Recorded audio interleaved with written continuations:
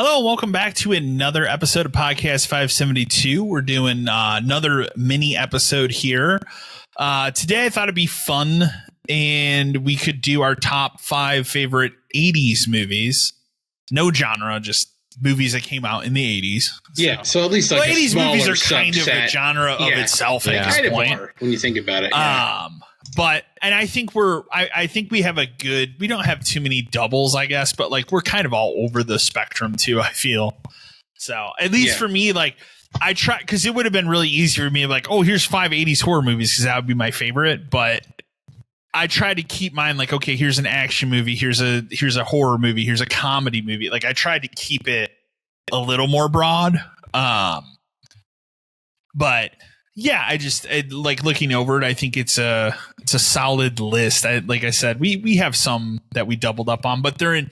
I'll say even though we've doubled up on them, they are at different tiers of our lists. Mm-hmm. So, which is interesting. So, but we'll go through in order, starting with number 5. So, Dan, I'll let you kick it off. So, trying to, like you were talking about, like 80s movies are really kind of like its own genre thing, and I feel like I love a lot of 80s movies. It's probably like my favorite like era of movies, if you think about it. Absolutely. But so it was tough to nail it down to 5. But like you said, I tried to pick stuff that was kind of different, and only one per franchise, because I could have easily filled this with 5 movies from 2 specific franchises and been done. Yeah. But so my number 5 I picked was Clue. I think I know I've talked to you about it before. Have you ever seen it? Yes. Okay, Matt, have you ever seen Clue? Oh God, Clue's such a fucking good movie. It is ridiculous to think that a movie based off of a board game could Clue be that good, could work as well as it does. But it is like the perfect mix of like comedy, thriller. Mm-hmm. I wouldn't say horror, but like just like mystery type of movie where everything's played up for laughs, but in that very like kind of like dry kind of a way. Like all of the characters have fully fleshed out backstories that are kind of like slowly revealed throughout the movie. Absolutely. It gets to a point where it goes off the rails, but in a funny way. And I don't know. I just remember like as a kid, this movie came out in 85, so I was 1, so I obviously didn't watch it then. But like when I was in my teenage years, I watched this movie constantly. And the cool thing about this movie is it has 3 endings. When you watch it now, I think you always get like the C ending where, spoilers for a 40-year-old movie, but it turns out it was like everybody who did it, kind of a thing. But there's a ending where like someone does it. There's an ending where another person does it. It's just, and from what I remember reading, a while ago, they sent it to theaters with different endings. So like you can go watch it here and get one ending and watch it here and get a different one. That's kind of cool. Know. And then, then I used to, where I used to watch all the time? Comedy. It was on Comedy Central constantly. Okay. Like in the 90s and stuff. Yeah. I remember Comedy Central in the 90s was like a nothing network where it literally just had to fill time with whatever it could think of. A lot of syndicated movies. I remember watching like that. I remember Mannequin was on constantly. Okay. Just stuff like that. Brewster's Millions, which is another great movie I love. But I just remember watching it all the time and then learning about it. And then when you watch like the full version, it shows one ending and then it says like a title card comes up that says, or it could happen like this, and then it just replays it from a certain point. And then it's got tons of great talent, like Martin Mull. Favorite of mine. Who's the other guy? Michael McKean. Tim Curry as like the butler is he's incredible. And Tim Curry, he really had an all-star run in like the 80s and 90s. Tim Curry is just phenomenal. Like in anything he's ever done, I've loved him. I think he's a great actor. He shows like great emotion. Like even when he has smaller parts, like the asshole hotel guy in Home Alone 2. Phenomenal. Seals his scenes. Phenomenal. It's one of my like absolute. I could watch that movie anytime, even though I've seen it 100 times, and it's still just fun to watch because it's silly and it's dumb, but it's great. Like Matt, you have to watch. You should really watch it. I'll have to try and watch it. I remember we can move on after this, but I remember I want to say I read something a couple of years ago where they're like, we're going to like remake it. And I was like, don't. Like, why would you? Don't. They actually, the movie holds up.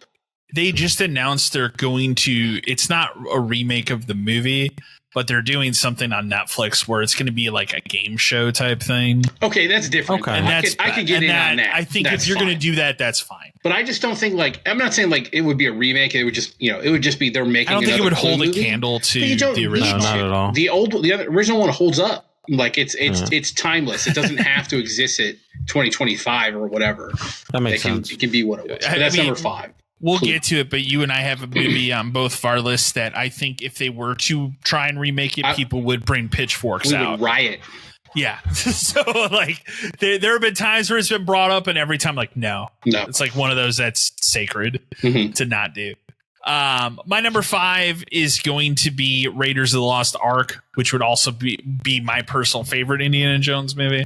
I know a lot of people gravitate towards Temple of Doom or Last Crusade. Indiana Jones is one of those franchises I feel like where there's no wrong answer. There's not a wrong answer, and everybody has a different opinion for different Everyone reasons. has a different opinion. I think for me, like, it's the one I've seen the most. It's the one that I saw. I mean, obviously, most people would have seen that one first unless you saw them out of order. I mean, I guess technically Temple of Doom is a prequel, but it's the one that I saw first. I remember the first time I ever saw it. It was a copy that my uncle had taped off of HBO.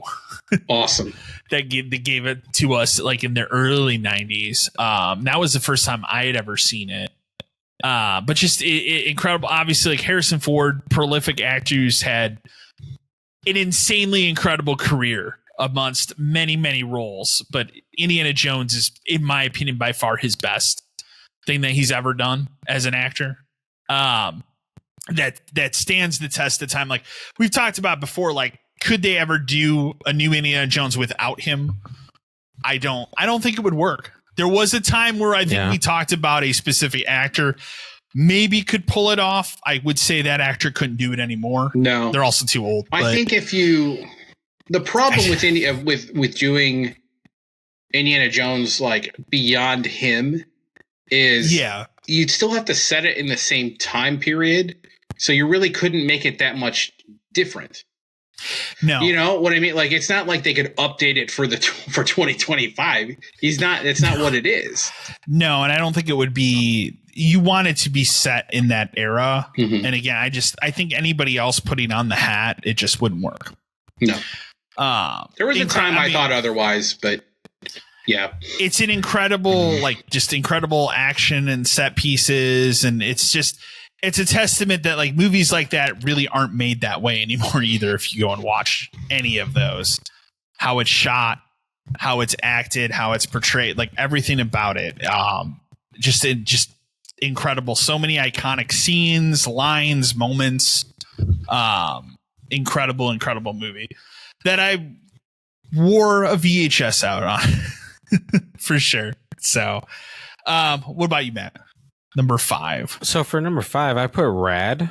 It's a film that I think I got you to put on the server. It's on there. Yeah. Man, listen. Did I race BMX bikes? Not fucking at all. No way. But for some reason, this movie was just like ridiculously over the top with some of the BMX. There's like a high school, if I remember, there's a high school dance at one point. Okay. The dude's doing BMX tricks while the music's playing and the music's like jamming and he's dancing essentially with his bike. It's a crazy film, and I rewatched it not too long ago, and I like I was telling you, I said I think the thing that pissed me off the most was on the 7-Eleven billboard, it says 3 hot dogs for $1. And I was just like, that's garbage, man. Like, I'm so angry about that. But I mean, all in all, I thought it was fun. I enjoyed it. I mean, again, it came out in 86. I was 1. So I didn't watch it until I was like, probably like 92, 93. But like, I watched, like, I rented this movie a lot from my VHS store and consistently watched it. So, I mean, it's definitely number 5. It's not the greatest. It's not going to be fantastic. But, I mean, I thought it was a lot of fun. So, By you, Dan. Number four. 4. This is an all-time classic, which, again, another movie I've watched hundreds of times, even like super young. But the original Ghostbusters. I do like Ghostbusters too, in a way, but like nothing will ever top the original. I can agree with that. It's just like, I mean, if you haven't watched Ghostbusters at this point, I don't know who you are. Like, it's almost impossible to avoid knowing what Ghostbusters is and what it is about. But like, it is at this point, I think. But it's just like Ghostbusters is just such it's another one of those movies where it's, you know, a horror light, like adventure, like dry comedy. Like that, I feel like dry comedy was a huge thing in the 80s, especially when you're talking about. It was a very big deal. Now you've got Bill Murray and like Dan Aykroyd and Harold Ramis and stuff like bouncing off of each other, and just like everything about Ghostbusters is fun. Like the idea, the concept of it, like it's scary, but not in a scary way, you know, because it's just ghosts. Yeah. And then it's got so many like iconic scenes in it. And then, you know, that leads to everybody wants to be Ghostbusters for Halloween. And then there's toys and there's the cartoon and the video games. And like, but it's a movie again that like it holds the test of time. Like it's completely rewatchable at all times. For sure. You know, it's a franchise that's still around. And I mean, I'll watch every new Ghostbusters thing they make because I just will, except for one of them, which I never watched, but because it just didn't feel like Ghostbusters. Yeah. But you know, where is that franchise today? Hit or miss. Last one not so great. The one before it was pretty good. It was pretty good. Yeah. Yeah. But you know, when in doubt, watch original Ghostbusters. Like that's like, remember when they did it at the drive-in with like the double feature? Hell yeah, I'll go watch Ghostbusters 1 and 2 double features drive-in. It's very cool. Yeah, I fucking love Ghostbusters so much, man. Number 4 for me, I think, also is a very quintessential 80s movie. But the original Back to the Future. And the thing too is like I could see somebody putting Back to the Future 2 on this list. Mm-hmm. And that being fine as well. I think for a long time as a kid, I probably would have told you that was my favorite one. Yeah, because I feel like that it had more. Oh, what's the future going to be like? Kind of a thing too. For sure. And now that we are firmly past that, like, man, they weren't even close. 10 years, past that future. But I just incredibly imaginative. Like they don't make movies like that anymore. That way. It's very 80s. The obviously the time travel concept been done before up to this point. Very unique in this movie. Music is great. Michael J. Fox and Christopher Lloyd. And that thing that I've said to you before is like now, like at the time, I guess I always thought Christopher Lloyd was that age as a kid. And then, you know, as I got older, realizing like he wasn't that age. But now with those 4K restorations, it's so clear that you can definitely see the makeup job on him. Mm-hmm. So it's hard to it's hard to watch those 4Ks. VHS, man. Exactly, right? But just an incredible movie from beginning to end. And I think one of the best movies that defines what the 80s was. Mm-hmm. In very many ways. Nice. So, how about you, Matt? So I said The Breakfast Club for number 4. Yeah, not a wrong choice at all. Again, at one point, I think that was on this list for me. There you go. I was gonna say again, not a movie I saw until I think 95, 96 maybe, but it was a solid one, man. I mean, I think all the actors worked really well. I mean, by the end, you see how they just all develop over time. I don't know, man. It's like one of those movies that just make you feel good by the end. And then, of course, throwing a fist up at the end just is like an iconic part. So I enjoyed it. Again, it wasn't something I watched when it first, when I was younger, but I watched it when I got older and I could appreciate it a little more. So, yeah, that was 4 for me.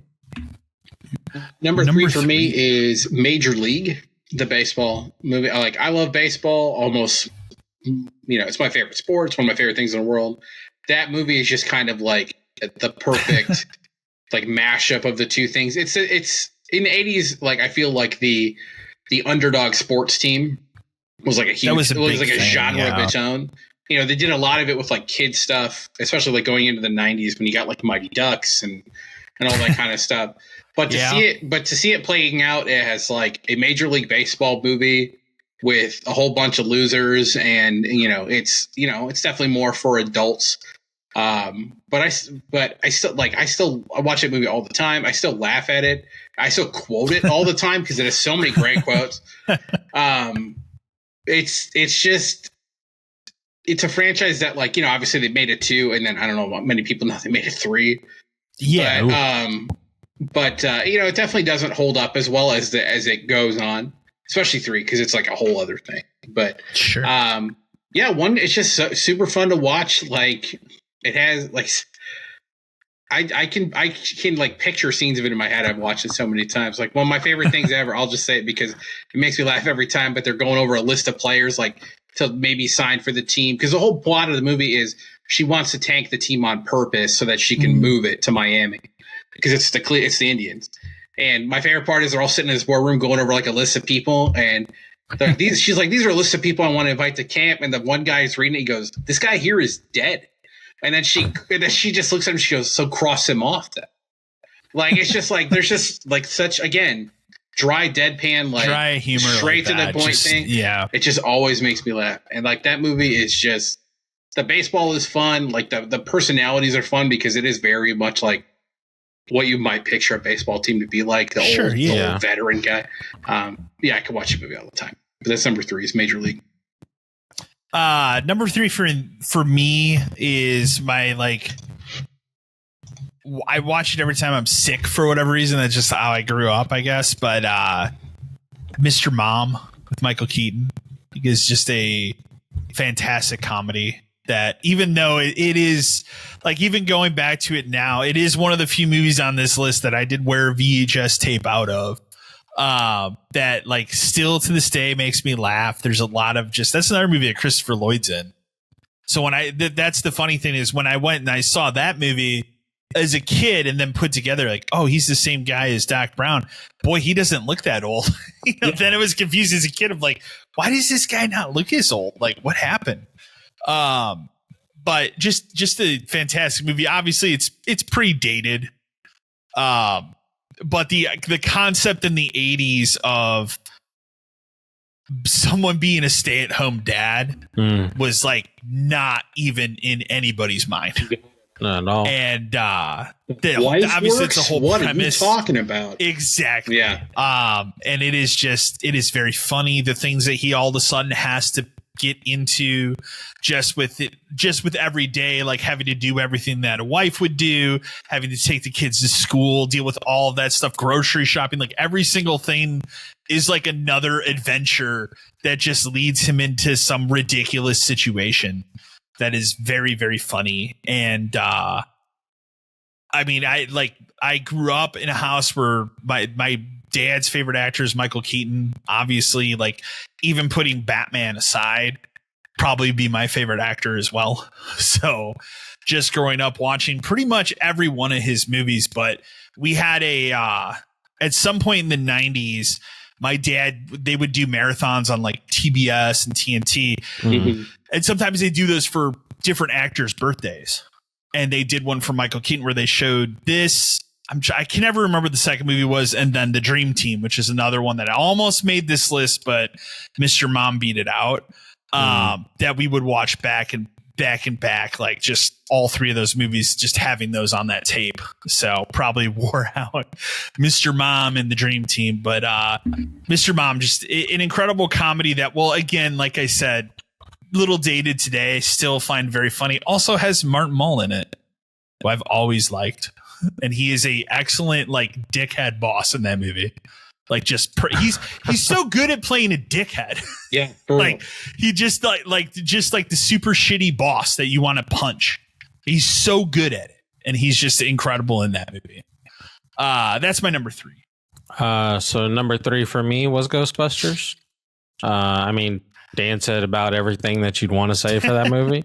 I think what really drew me to it was Stay Puft. He was like my all-time favorite character when I was younger. I had a Stay Puffed like stuffed animal plushie I used to sleep with. Yeah. But I mean, it was fantastic. I mean, I think seeing the ghost with Slimer being the first one that you came across, and just the way I think all four of those guys worked really well off of each other. All in all, just a fantastic overall movie. So that was my number 3.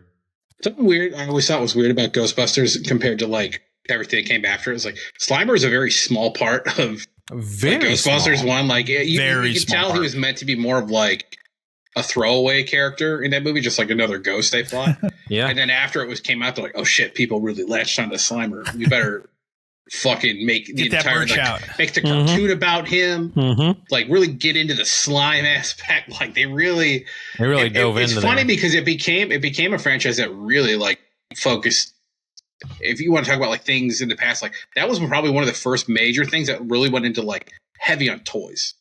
Yeah. Oh shit, kids want this stuff. Like, remember the proton packs and I had one of those. The PKE meters and all that stuff. I think we all had at least one part of it. Yeah, I had the firehouse where my mom and dad told me not to use all the slime. And it was gone the first day one. Yeah. Day one, man. I was like, man, whatever, and just everywhere. And I was like, oh. My dad still has in the tool shed behind our house.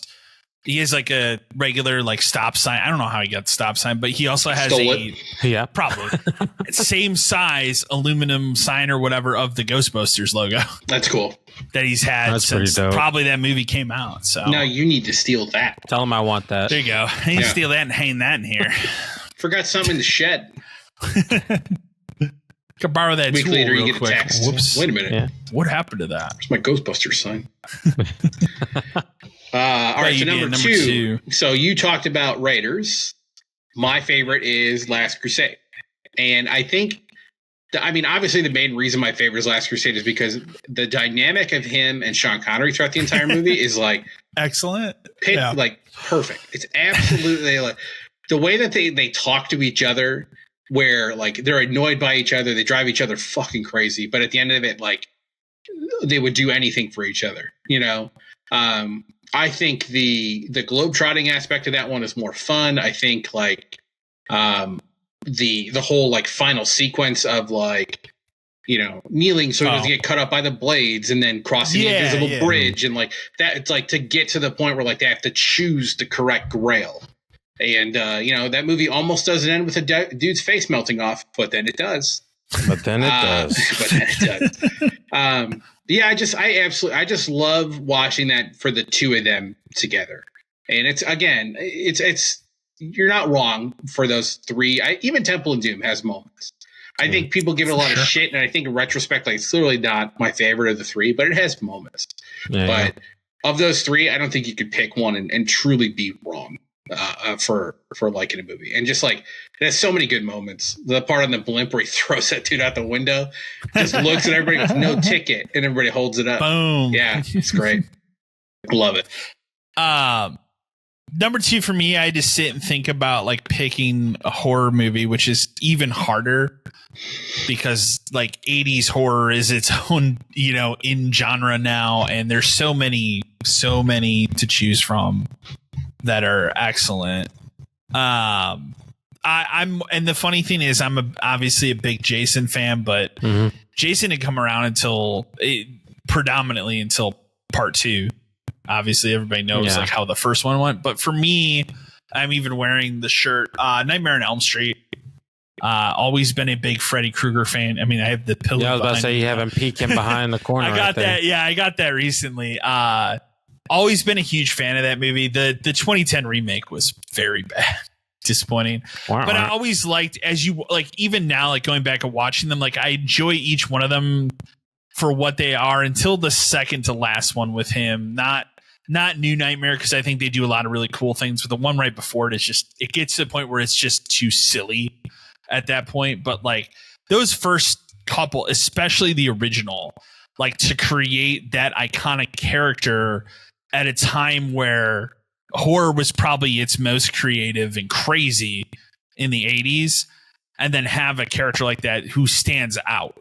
Yeah. So, and also like to think about on paper, like what that character represents pre how he looks, and to make it a beloved horror character is pretty crazy.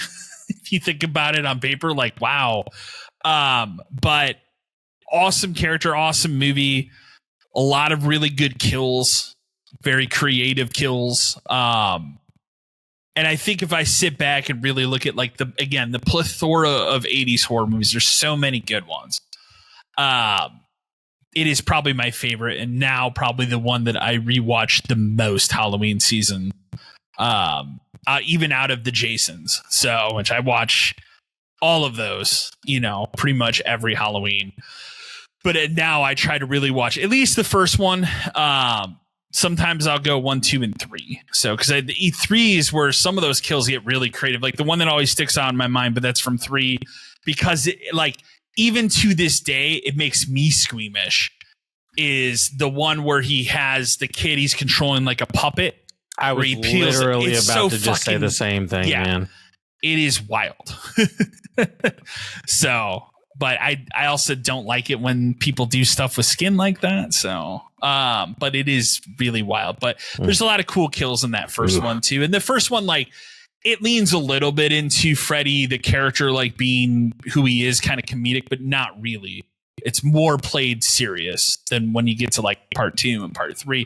You don't get to lines like when he pops out of the TV and tells the lady, like, "Welcome to primetime, bitch." Like, you don't get anything like that in the first one, really. So no, it's a different kind of like it is meant to be more straight up horror. I think on rewatch, like parts of it are kind of like, oh, okay. Like the bed part always strikes me as like, okay. Yeah. Because it's a bit much. But like it's still an enjoyable, like it's an unsettling movie. At that time though, it was crazy. Oh, for sure. Like there's something to be said because that movie's all practical effects. Like it's not SFX like stuff by any means. I will say this. If this movie came out in this decade and it just got cut off because it came out in 1990, it would have been my number 1 in this list out of everything. That would be the original It. Okay. But it still feels like an 80s movie, but it came out in 1990. It does. So that would have beat it out 100%. My honorable mention horror would have been The Thing. Like I think The Thing's toyed with putting that on. Incredible movie. It's hard to narrow this down. I bumped it off. Yeah, I bumped it off for Clue just because. I like Clue more. But I would say Killer Clowns from Outer Space. I just rewatched that the other day. Fantastic movie. And then after we rewatched it, then the very next day, because it was like Prime Day or whatever, that 4K Steelbook went on sale and I bought that. And then I was like, man, I really wish we didn't watch it the other night. I would have waited and watched this. So I get to wait for that next year. So, but we just rewatched the other day. That was again, it's so hard. We could do a list that's just top 5 80s horror movies, and I would still have a hard time narrowing that list down. Yeah. So, what about you, Matt? What's number 2? So number 2 for me was Coming to America. Okay. I will still to this day like turn it on and watch it from front to back. Number 1, I think that was prime Eddie Murphy and Arsenio Hall, especially with their all the characters that they played, and still to this day the whole church scene with him and Randy Watson kills me, and I watch it religiously. Like I will go back and rewatch it like 2 or 3 times just because it was so entertaining. But all in all, I thought that was really good. I love the whole the soul glow and the fact that when his parents got off from the couch, it's just dripping behind them. Like, I don't know. There's just so many aspects of that movie that are just enjoyable. So yeah, Eddie Murphy 80s is like fantastic. Beverly Hills America, Cop, Trading Places, Beverly Hills Cop. It's another movie I could have like put on this list. It didn't, just because. God, I used to watch that movie all the time. And the second one too. I like the second one a lot. I really like the third one. I know it wasn't like top notch, but I loved all of them. Yeah, the third one was just entertaining too. Yeah. All right, so number one for me, Kyle already talked about it. Back to the Future is probably my favorite movie of all time. And it's tough to pick just one because, like I said early on, like if you would have asked me as a kid, two probably would have been it. But then you think about it, and 2 and 3 are kind of one movie. But then if you think about it like that, then all 3 of them are kind of one movie because it's one story from the beginning until the end of 3. But I love that. I love that movie. I love Michael J. Fox's performance in it. Doc Brown, like it's fun and exciting. And like Kyle said earlier at the beginning of the episode, if they ever somehow threaten to remake Back to the Future, no fucking way. Every time someone mentions it, it just is like, yeah, we won't do that. It's impossible to do because if you think about it now, it's like, well, you'd have to set it now. So then you go back 30 years to 95? 95? That doesn't, no. The point of him going back to the 50s was it was too different from where he was in 85. Yes. Like 95 and 25 are different for sure, but like phones existed, TVs existed. Like it wasn't as, not primitive, but it wasn't as far behind as it is for sure. now. And then going forward to 55, what the fuck would that even be? Would this country even still be here? Like, it's So I don't think that there's ever a world where you could do that, make a sequel to it, do anything else in the universe. Like they did the cartoon, that's fine because that's a cartoon. They did that Telltale game, and that was okay. And you know what? And you're right. The Telltale game was the sequel to that game because it took place after 3. Like it took place immediately after. But anything beyond that, especially now, no way. I would boycott it on principle. There's no way you could pay me to see it. Couldn't be good. It would just be Austin Butler as Marty. Who would be Pedro Pascal as Doc? It would just be a shit show. The funny thing is I could see that. Yeah, I could too. 100% see that. Yeah. Absolutely. Don't ever remake Back to the Future. Don't do it. Till I'm dead. Then you can do whatever you want. Number one, I mean, I don't think I'd be here if it wasn't for the 89 Batman movie. There you go. For me, that was a life-changing movie. I mean, I became a Batman fan off of it. I begged my parents to take me to the theater. This first movie I saw in the theater. Please, Mom, I want to see the movie where the boys' parents die. When they go to the theater. Take me to the theater. The funny thing is I think they had seen it before they took me, but I kept seeing the ads on TV, like watching cartoons and stuff. And I had already seen 78 Superman a lot. That was in the rotation for sure, but I was more drawn to this. And it was an easy sell for my dad because he's already a big Michael Keaton fan. So, but yeah, I've seen it so many times. I've worn out multiple VHS tapes as a kid. Even like it got to the point where like my parents bought me a copy, wore out that tape, fine, bought another copy, wore it out. And then at that point they were just like told my uncle, like, just tape it for him on HBO. We're not buying a third copy of this movie because I kept wearing out the tape. But like I've many, many, many times. And it very much is an 80s movie. It's fun now because like at the time you always saw like that's how dark Batman can get, right?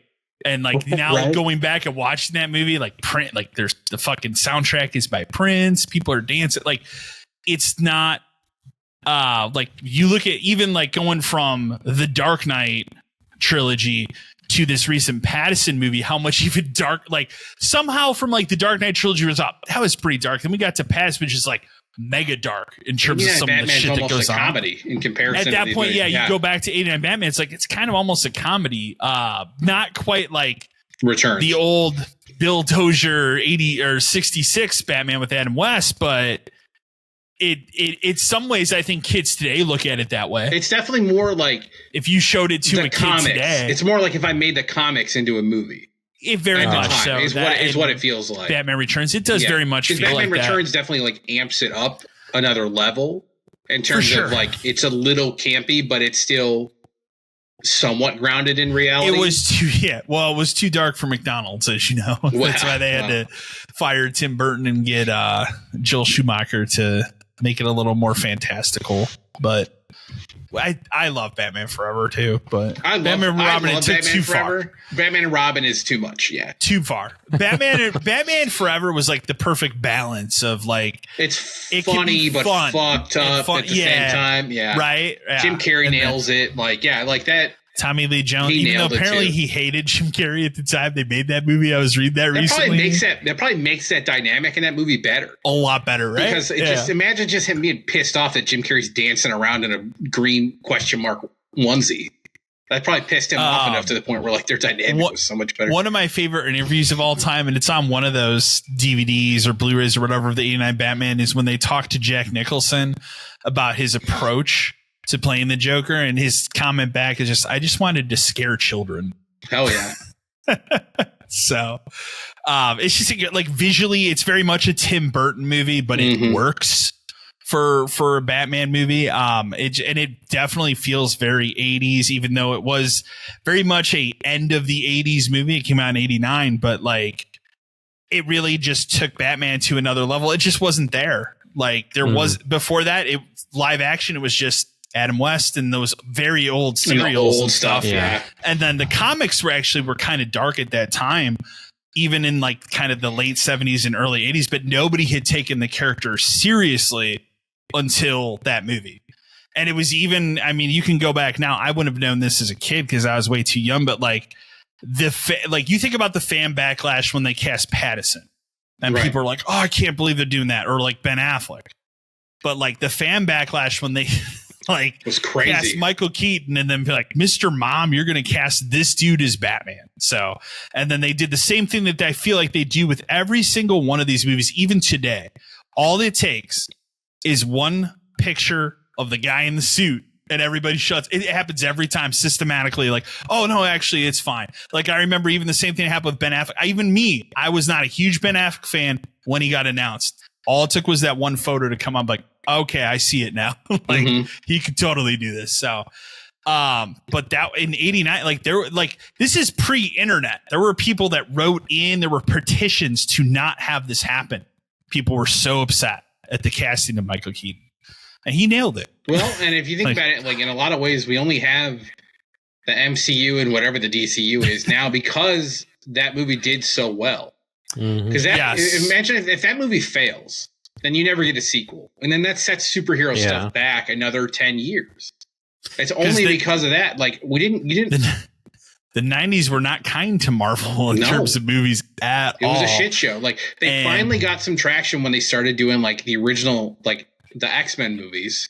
Yeah. Yes. And then finally when like Tobey Maguire Spider-Man hit, then it was like, okay, these can be blockbusters. Really, I think Spider-Man 2 changed everything because like these can be major events for the summer. Yes. And then Iron Man, completely just established from that point on everything we have now.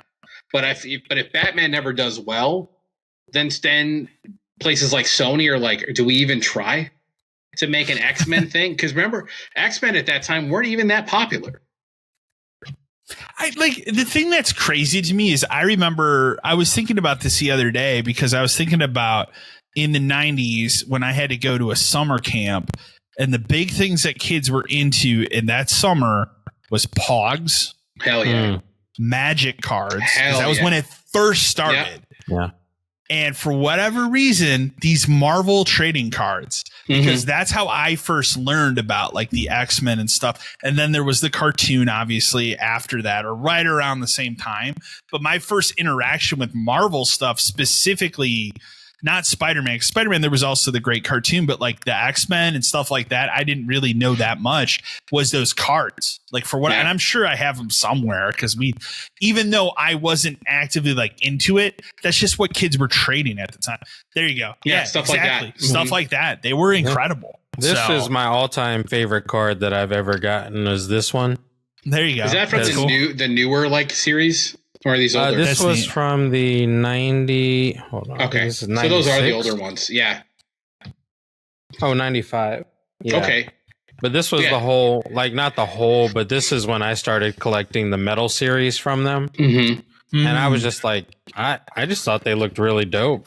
I think I did. I remember kids had binders. Yeah, exactly. Yeah. So But I remember kids had binders they put Pogs in. Think about that. I just had my tubes. I had my Pog tubes. The case, the tube. That's so wild.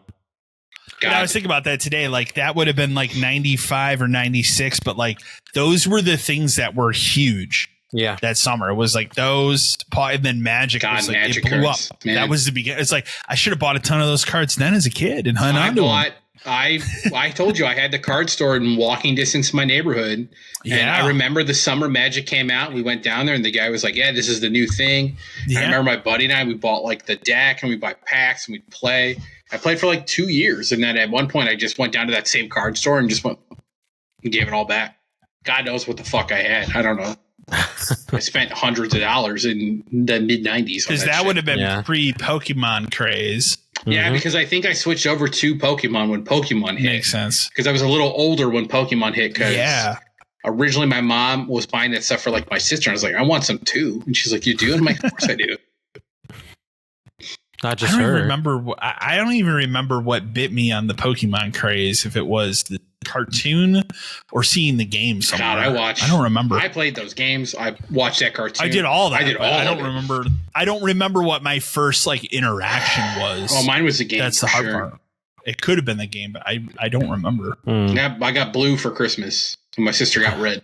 The first one I got was blue, and then yellow or gold, whatever. And then I got yellow after. Yeah.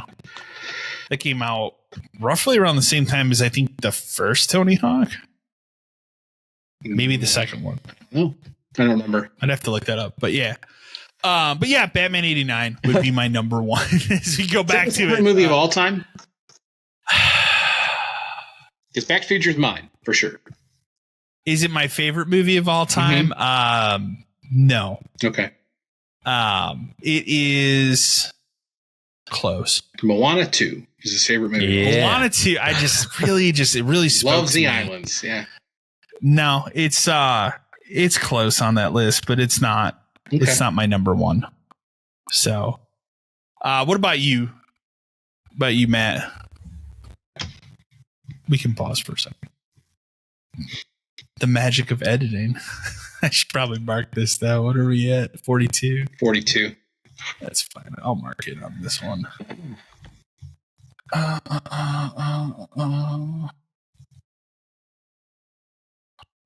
All right. I'll count you in just a second here. Go ahead. You're good. What about you, Matt? Number one. For me, it was The Wizard. The beloved video game movie with Fred Savage and Jenny Lewis. Yeah, I don't know what it was about this movie. I think it was just the whole... It's a 90-minute commercial for Nintendo. It really is. In the best way possible. The best way possible. I think... I still don't know what it is about this movie that I thoroughly enjoyed. I just like the fact that, they made such a big spectacle of Super Mario Brothers 3. Well, that was the first time they revealed it. Yeah. For like American, it was in this fucking movie. Yeah. And it was so crazy because I remember seeing the ads for those type of tournaments and stuff like that, and going to myself, I was like, oh man, maybe I could do something like that. And I know I couldn't, but all in all, I mean, I don't know. It was a good, overall, I just enjoyed the whole movie as a whole. And then it was cool because, his brother had PTSD from losing his sister, and you didn't really know what was the problem until the very end. But I mean, it was a cool way to end his little story and whatnot. And it's, all in all, I thought it was a really good feel-good movie, but just the fact that it was, like you said, like a 90-minute ad for Nintendo. I always like the part where, when they go to that piece of shit Lucas's house and he opens the thing up and he's got the glove, he's got all the... Because as a kid, you didn't own 30 NES games. Oh, hell you didn't have the glove. So, to see that kid open the thing up, you're like, oh, shit, he's got all of it.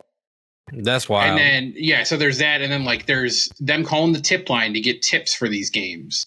And there's, them playing the arcade versions. The whole thing is just, hey, kids, you like video games? Check this shit out. Check it out, that's what it was. But I loved it. I enjoyed it, too. By far number one out of the movies from top 80s for me. At least that's what I feel like. So yeah. Yeah, no, I think that our list is all varied, which is cool. Yeah. And like I said, there's not really a wrong answer. No, not for at like all. what your favorite 80s movie is overall. But yeah, you can let us know. You can drop a comment on the video or send us an email, podcast572@gmail.com about your favorite 80s movies. Otherwise, thank you for listening or watching. thank you, everyone. Stay safe.